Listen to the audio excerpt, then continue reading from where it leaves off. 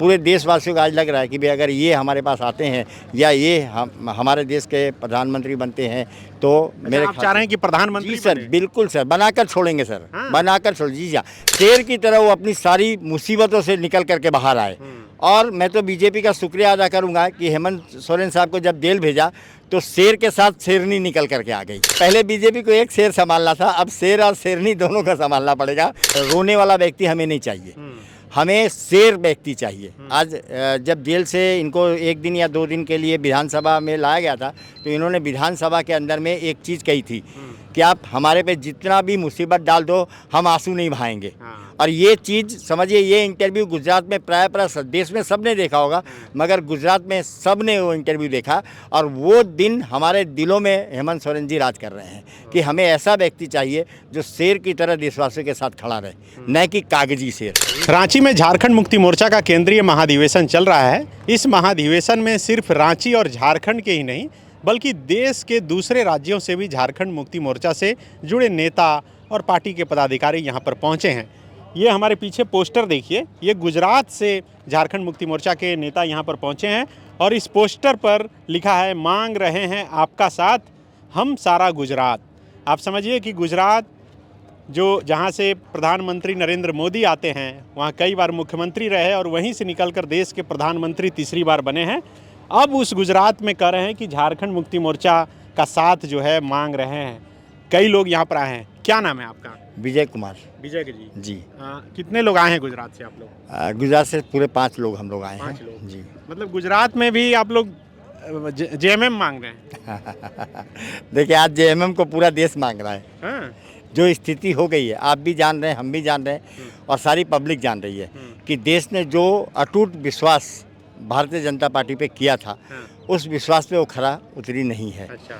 जबकि गुजरात में तो गुजरात के ही मॉडल पर कई दूसरे प्रदेशों में बीजेपी चुनाव भी लड़ती है कि बहुत विकास हुआ है वहाँ। हमारे मारवाड़ी में एक कहावत है, दूर मारवाड़ी है? जी, मारवाड़ी, राजस्थान से हूँ मैं, पर हम लोग आज 45 साल से गुजरात में हैं। अच्छा। और पूरी तरह से गुजराती हो चुके हैं। तो हमारे राजस्थानी में कहावत है, दूर के डूंगर बहुत सुहावने लगते हैं। उसका हिंदी में अर्थ ये है कि दूर से पहाड़ बहुत सुंदर लगता है, पर जब आप पहाड़ के पास जाते हैं तो आपको पता चलता है कि यहाँ तो सिर्फ पत्थर ही पत्थर है। इधर बोलते हैं कि दूर का ढोल सुहाना लगता है। दूर का ढोल सुहावना लगता है। तो हम लोग 40 साल से भारतीय जनता पार्टी के साथ में थे और समझिए नरेंद्र मोदी जी को, अमित शाह जी को हम लोग अपना अभिभावक समझते थे। और हमको ऐसा लगता था कि आज हमारी जो भी तकलीफ़ें हैं, जो भी प्रॉब्लम है, वो ये लोग पूरा करेंगे। और इसी वायदे पर ये लोग आज के 30 साल 35 साल पहले आए थे कि हम हर बिजनेसमैन का साथ देंगे, हर बिजनेसमैन को ऐसा सरलीकरण प्रारूप देंगे कि भी हर आदमी आराम से बिजनेस कर सकेगा। मगर धीरे धीरे आज हम लोग को ऐसा लगने लगा है कि सबसे ज़्यादा परेशान कोई भी बिजनेसमैन है तो इस सिस्टम और इस मैनेजमेंट की वजह से है।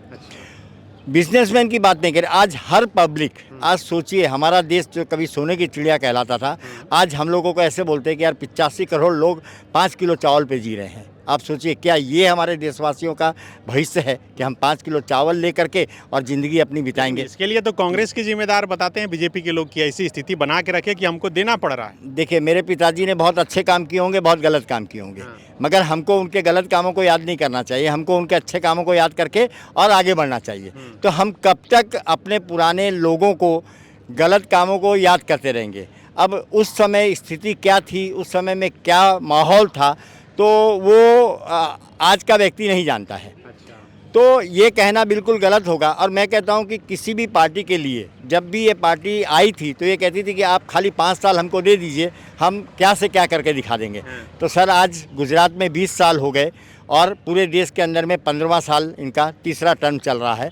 तो इतना टाइम पुराने जख्म भुलाने के लिए बहुत होता है। आप करते क्या हैं विजय जी? मैं बिजनेसमैन हूँ। बिजनेस मतलब क्या, हीरा के व्यापारी? नहीं, हीरा के व्यापारी तो नहीं है मैं चाय का व्यापारी हूँ। अच्छा, चाय? जी, चाय का व्यापारी हूँ और बहुत सफलतापूर्वक हम लोग गुजरात में बिजनेस कर रहे हैं। चाय की खेती होती है कि असम से आता है? खेती नहीं होती, चाय आसाम से आती है। और वहाँ हम लोग का पैकेजिंग का और मार्केट के अंदर में हम लोग सप्लाई करते हैं काफ़ी वर्षों से। कैसे इसमें जो तस्वीर एक तो आपकी लगी है जी, हेमंत सोरेन जी की लगी है, शिबू सोरेन जी की लगी है, कल्पना जी की लगी है, तो ये कब से आप संपर्क में में है और क्या अच्छा लगा झारखंड मुक्ति देखिए मोर्चा में? मैं समझिए पहला अनुभव हमारा, मैंने राजदीप सरदेसाई साहब का एक इंटरव्यू सुना हाँ। 1.5 साल के पहले।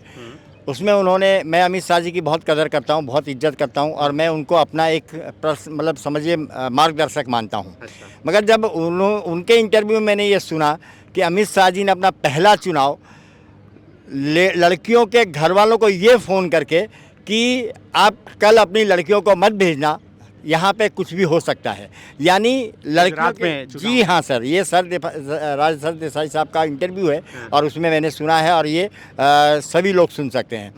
तो समझिए जो व्यक्ति लोगों को डरा कर चुनाव जीतना चाहता है या जीतता है तो उससे मार्गदर्शक बनाना मेरे ख्याल से मुझे सही नहीं लगा। मतलब आप कह रहे हैं कि बीजेपी डरा कर चुनाव जीतती जी है। बिल्कुल, ये मैं नहीं कह रहा यही हूँ। आरोप तो जेएमएम पर लगता है कि जी। जेएमएम डराती है कि बीजेपी आ जाएगी तो ये हो जाएगा वो हो जी जाएगा। जी देखिए बीजेपी, अंतर क्या है? देखिए अंतर बहुत साफ है कि जो कार्यशैली बीजेपी की है आप देख रहे हैं और जो कार्यशैली जेएमएम की है वो भी आप देख रहे हैं।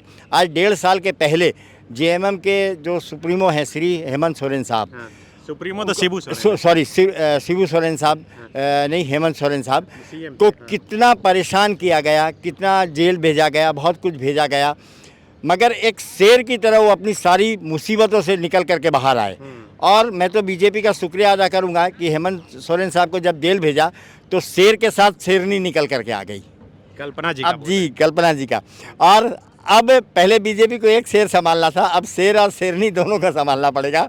और ये जो कार्यशैली, फिर मैया योजना का हमने देखा, आज हर पार्टी वादे करती है देती नहीं है। पर मैं आज रांची समझिए कम से कम 4-5 बार आ चुका हूँ। मैं कभी मुलाकात हुई हेमंत जी से? जी हेमंत जी से मुलाकात मेरी अभी तक नहीं हुई है। जब मैं पहली बार आया था तब वो जेल में थे और जेल में चूंकि सिक्योरिटी सिस्टम बहुत ज़्यादा था, मैं जेल में मिलने गया था मगर वो मिल नहीं पाए थे सिक्योरिटी सिस्टम की वजह से। आज मुलाकात उसके बाद जी हाँ आज हमारी मुलाकात सुप्रियो साहब ने कल कहा, भट्टाचार्य साहब ने कि आज शाम को मुलाकात कराएंगे। क्या काम अच्छा लगा हेमंत सोरेन का? सर आज अगर आप देखें तो मैया योजना देखिए, इनका विधानसभा के चुनाव देखिए, कोई भी व्यक्ति रोने वाला व्यक्ति हमें नहीं चाहिए, हमें शेर व्यक्ति चाहिए। आज जब जेल से इनको 1 दिन या 2 दिन के लिए विधानसभा में लाया गया था तो इन्होंने विधानसभा के अंदर में एक चीज़ कही थी कि आप हमारे पे जितना भी मुसीबत डाल दो हम आंसू नहीं बहाएंगे।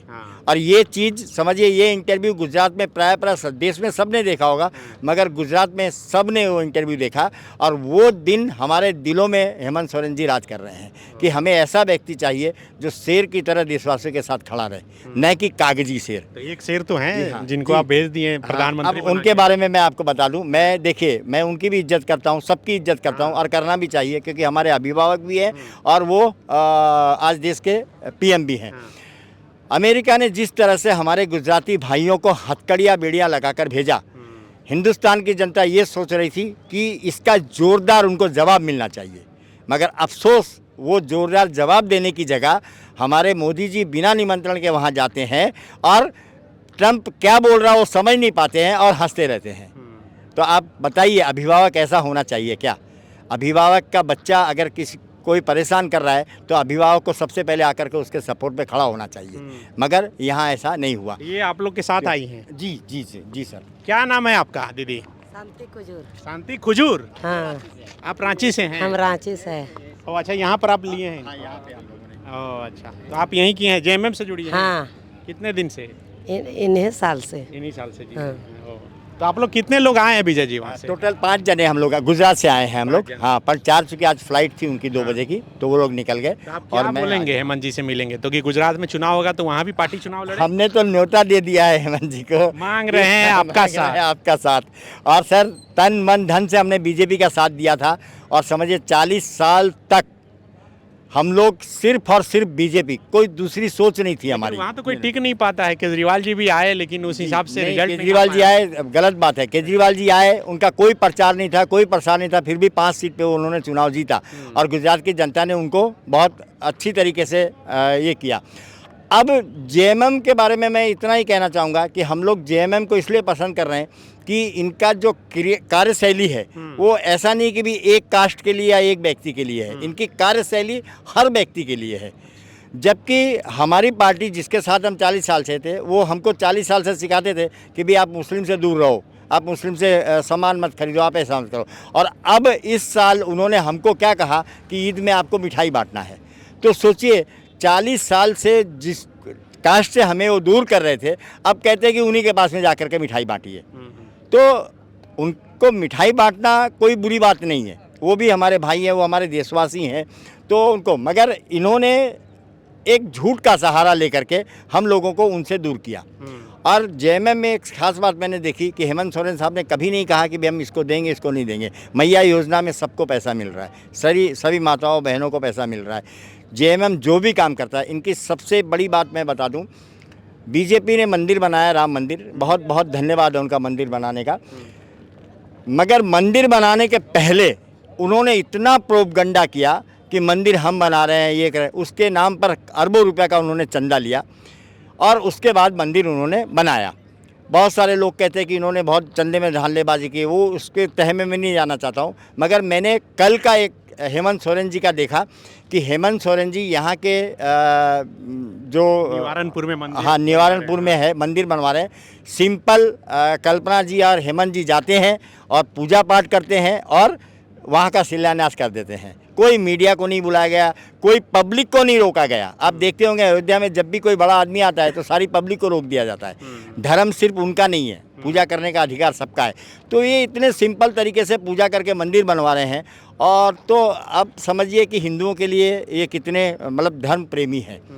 रामनवमी में भी हमने देखा कि इन्होंने वहाँ जा कर के पूजा की, मगर कोई मीडिया, कोई चैनल में लोगों को बुला करके नहीं भी देखो मैं पूजा कर रहा हूँ और आप हमारा फ़ोटो खींचिए या मीडिया में डालिए। मगर इसके विपरीत आप देखेंगे कि बीजेपी का एक सामान्य व्यक्ति भी अगर पूजा करता है तो उसका पूरा मीडिया में प्रोपगंडा करता है कि देखो आज मैंने ये किया, आज मैंने वो किया।